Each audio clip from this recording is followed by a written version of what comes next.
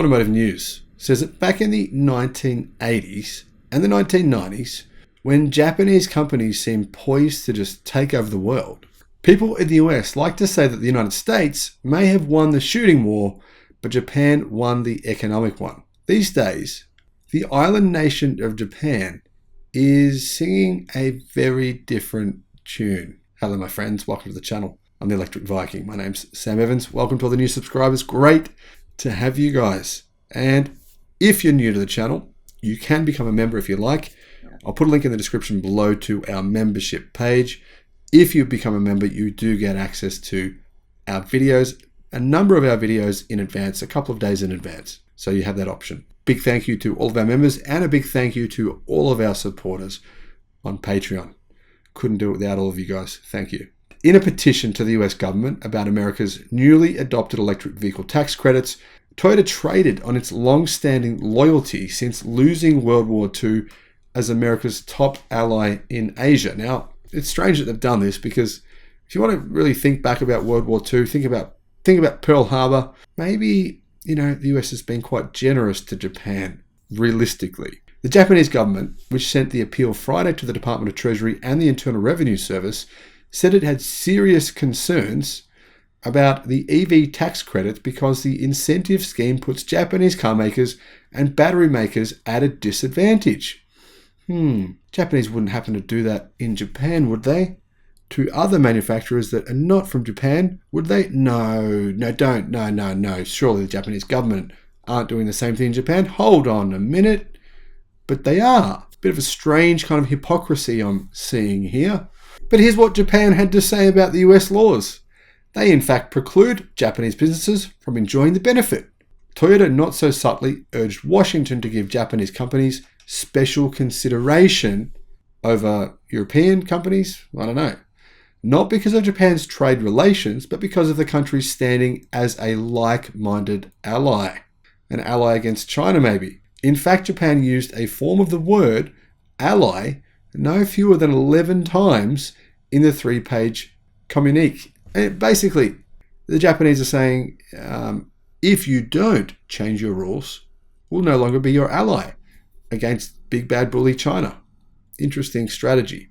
Typical of the language, taking into consideration the objective to work with allies and like-minded partners to establish resilient supply chains, allies including Japan should be accorded treatment no less favorable than countries in the North American region. In other words, Japan believes it is really a brother to Canada. It should be seen in the same way. It's America's brother.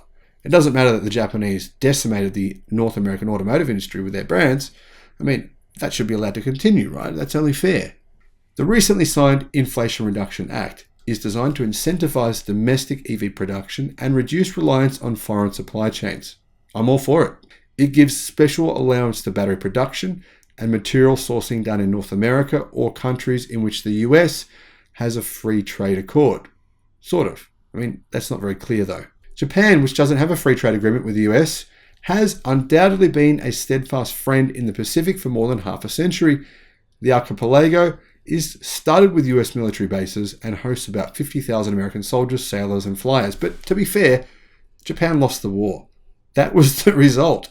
They lost the war. They inflicted, probably trillions of dollars of damage on the US economy and the nation of America. And how many American lives were lost in the war in the Pacific? Well, there was 112,000 dead and 253,000 wounded. And well, as a result of Japan losing, America got to put military bases through the Pacific, which doesn't seem like, to me, special treatment. It just seems like that was a logical result of what the Japanese decided to do, which was attack the United States. However, the Inflation Reduction Act doesn't afford special allowances for allies.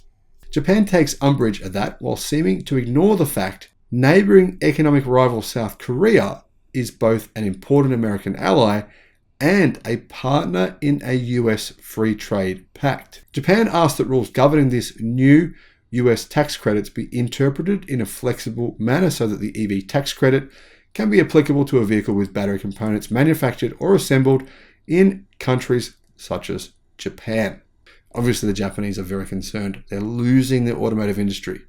very, very quickly, and the writing is absolutely on the wall. Japan requested that the same flexible thinking for battery making and material mining be applied to them for their electric vehicles that are made in Japan. However, they issued a warning. The new incentives, they said, will have a chilling effect on Japanese investment and discourage Japanese car makers and suppliers from expanding operations in the US. Give us the incentives or else. It would be possible that Japanese automakers hesitate to make further investments towards electrification of vehicles, the Japanese government and Toyota said in a joint statement. This could cause negative impacts on the expansion of investment and employment in the US. Japan's saying Americans are going to lose employment unless they give Japan special consideration. Interesting strategy. This to me seems like multiple threats coming from the Japanese government and aimed directly at the United States. However, Automotive News says that this threat seems as hollow as it is off base. Taking a page from the past, Japan may have envisioned the home islands as a massive global export base for the next generation of EVs. And that is a big reason why US incentives like these are profit to bring more of that work back to the US. But it's also why Japanese car makers are unlikely to take their ball and go home. They can't. They have no choice. America is their biggest car market.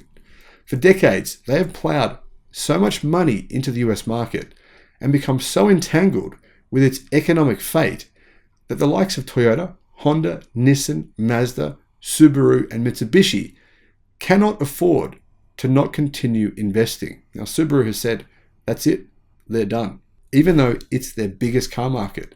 Will the others do the same? The Inflation Reduction Act has them between a rock and a hard place, but ultimately, it's their own decisions that brought them to this place where they're at.